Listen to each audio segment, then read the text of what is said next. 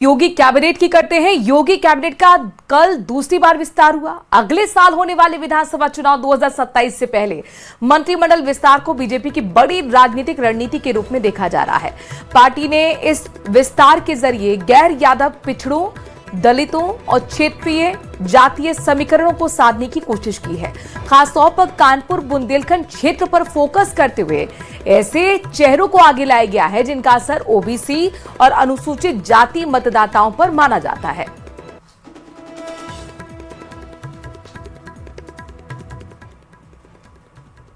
मैं भूपेंद्र सिंह ईश्वर की शपथ लेता हूँ। मैं विधि द्वारा स्थापित भारत के संविधान के प्रति सच्ची श्रद्धा और निष्ठा रखूंगा।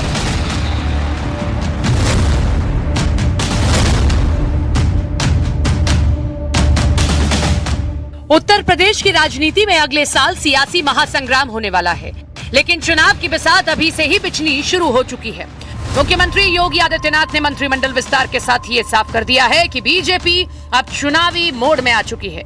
रविवार को योगी कैबिनेट में 6 नए मंत्रियों को शामिल किया गया, जबकि 2 मंत्रियों का प्रमोशन हुआ। इस कैबिनेट विस्तार के पीछे सरकार की सोशल इंजीनियरिंग की भी मंशा साफ हो गई है। बीजेपी ने जातीय समीकरण को साधने की पूरी कोशिश की। अभी स्वतंत्र प्रभार के राज्य मंत्री के रूप में अभी उनका प्रमोशन हुआ है। बाकी 2 कैबिनेट और 4 राज्य मंत्री के रूप में आज शपथ लिए हैं।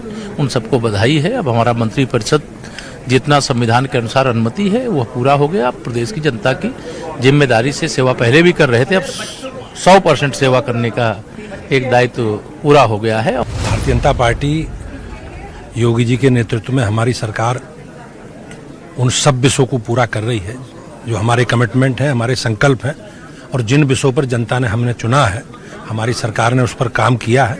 और निश्चित रूप से हमारा एजेंडा, हमारी परफॉर्मेंस है, हमारा काम है, जो हमने कहा है हमारी सरकारों ने पूरा किया। जाट समाज से आने वाले भूपेंद्र चौधरी को कैबिनेट मंत्री बनाया गया, जो पहले यूपी बीजेपी अध्यक्ष तक का सफर तय कर चुके हैं। ब्राह्मण बिरादरी से आने वाले मनोज पांडे को भी कैबिनेट मंत्री बनाया गया, जिनके पास समाजवादी पार्टी सरकार में मंत्री के रूप में काम करने का अनुभव है। सीएम योगी ने लोधी समाज के कैलाश राजपूत को राज्य मंत्री बनाकर बड़ा दांव खेला, जो सपा प्रमुख अखिलेश यादव के संसदीय क्षेत्र कन्नौज से ही आते हैं।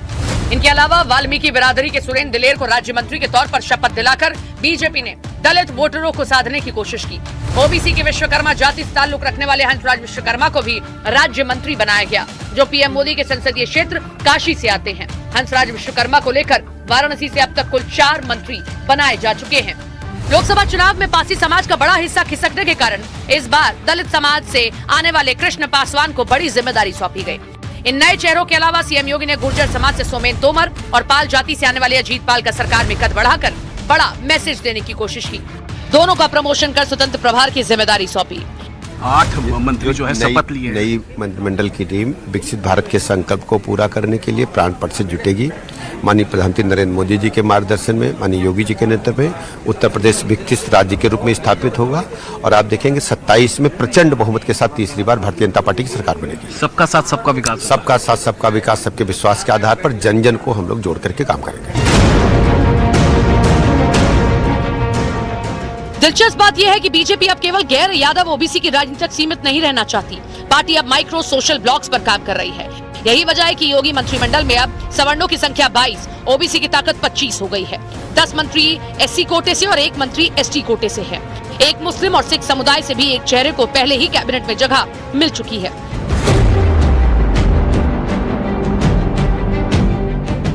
बीजेपी ने इस विस्तार में सिर्फ जातीय ही नहीं बल्कि क्षेत्रीय संतुलन को भी साधने का प्रयास किया है। इसी के कारण पूर्वांचल से आने वाले मंत्रियों की संख्या अब 18 हो चुकी है। पश्चिम यूपी से 17, अवध से 9 लोगों को मंत्रिमंडल में जगह दी गई और जबकि बुंदेलखंड से 4 और रोहेलखंड से 6 मंत्री बनाए जा चुके हैं। हम लोग पब्लिक के व्यक्ति हैं। पिछले 30 वर्षों से लगातार जनता की ही राजनीति में हम हैं और पिछले 30 सालों से चुनाव लड़ रहे हैं। आज एक नए दायित्व और जिम्मेदारी। पूर्वांचल से लेकर पश्चिम, अवध से लेकर बुंदेलखंड और रोहेलखंड तक योगी सरकार हर इलाके में दबदबा कायम रखना चाहती है। यही वजह है कि इस बार क्षेत्रीय समीकरण के साथ साथ हर तबके को सीधे सत्ता में हिस्सेदारी देकर बड़ी रणनीति को साधा है। ऐसे में सवाल है कि क्या बीजेपी ने अखिलेश यादव के पीडीए यानी कि पिछड़ा, दलित और अल्पसंख्यक के फॉर्मूले की काट खोज ली है। प्रधानमंत्री नरेंद्र मोदी ने हैदराबाद रैली से देशवासियों को वैश्विक संकट से निपटने का मंत्र दिया। उन्होंने कहा कि पड़ोसी देशों में चल रहे युद्ध के कारण पेट्रोल, डीजल और गैस के दाम आसमान छू रहे हैं। ऐसे में भारत को सतर्क रहना होगा। पीएम ने लोगों से metro, car pulling, work from home और इलेक्ट्रॉनिक वाहनों को अपनाने की अपील की है। साथ ही विदेशी मुद्रा बचाने के लिए 1 साल तक सोना ना खरीदने और फिजूल खर्ची से बचने का संकल्प लेने के लिए कहा।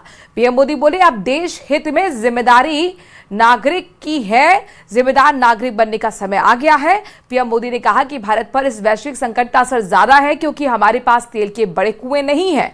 आज हमें वर्क फ्रॉम होम जैसे उपायों की जरूरत है। जिन शहरों में मेट्रो है वहां लोग मेट्रो का इस्तेमाल करें। उन्होंने कहा कि पहले जब युद्ध होता था लोग सोना दान में दे देते थे। आज दान की जरूरत नहीं है, लेकिन हमें आज ये संकल्प लेना होगा कि अगले 1 साल तक कोई भी कार्यक्रम हो सोना ना खरीदे और इससे विदेशी मुद्रा बच पाएगी। आज दान की जरूरत नहीं है, लेकिन देश हित में हमको ये तय करना पड़ेगा कि साल भर तक घर में कोई भी फंक्शन हो, कोई भी कार्यक्रम हो, हम सोने के गहने नहीं खरीदेंगे, सोना नहीं खरीदेंगे। विदेशी मुद्रा बचाने के लिए हमारी देशभक्ति हमें चुनौती दे रही है और हमें इस चुनौती को स्वीकार करते हुए विदेशी मुद्रा को बचाना होगा। दुनिया में पेट्रोल, डीजल इतना ज्यादा महंगा हो गया है, पहले से कई गुना ज्यादा कीमतें बढ़ गई है। तो हम सबका दायित्व है कि पेट्रोल, डीजल की खरीद पर जो विदेशी मुद्रा खर्च होती है, पेट्रोल, डीजल बचाकर हमें वो मुद्रा भी बचानी है। जो विदेशों में शादियों का, विदेशों में घूमने का, विदेशों में वैकेशन पर जाने का मिडिल क्लास में कल्चर बढ़ता जा रहा है। हमें तय करना होगा कि जब ये संकट का काल है और हमारी देशभक्ति हमें ललकार रही है, तो कम से कम 1 साल के लिए हमें विदेशों में जाने की बातों को टालना चाहिए। साथियों, ऐसे ही खाने के तेल का भी है। इसके आयात के लिए भी बहुत बड़ी मात्रा में हमें विदेशी मुद्रा खर्च करनी पड़ती है। हर परिवार अगर खाने के तेल में, खाने का तेल का जो उपयोग करता है, अगर वो कुछ कमी करे, मैंने बार बार कहा है 10% कम करो। अगर हम तेल खाना कम करें ना, तो भी वो देशभक्ति का बहुत बड़ा काम है। बाहर से केमिकल फर्टिलाइजर इंपोर्ट करते हैं। केमिकल फर्टिलाइजर खेती के कारण हमारी धरती मां को बहुत पीड़ा हो रही है।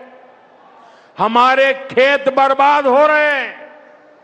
अगर आज हम अपने खेत को नहीं बचाएंगे तो भविष्य में फसलों पर भी खतरा आ जाएगा।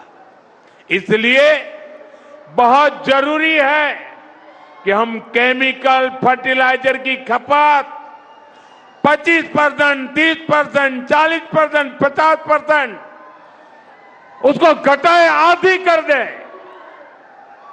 और हम उसके साथ साथ नेचुरल फार्मिंग की तरफ बढ़ें।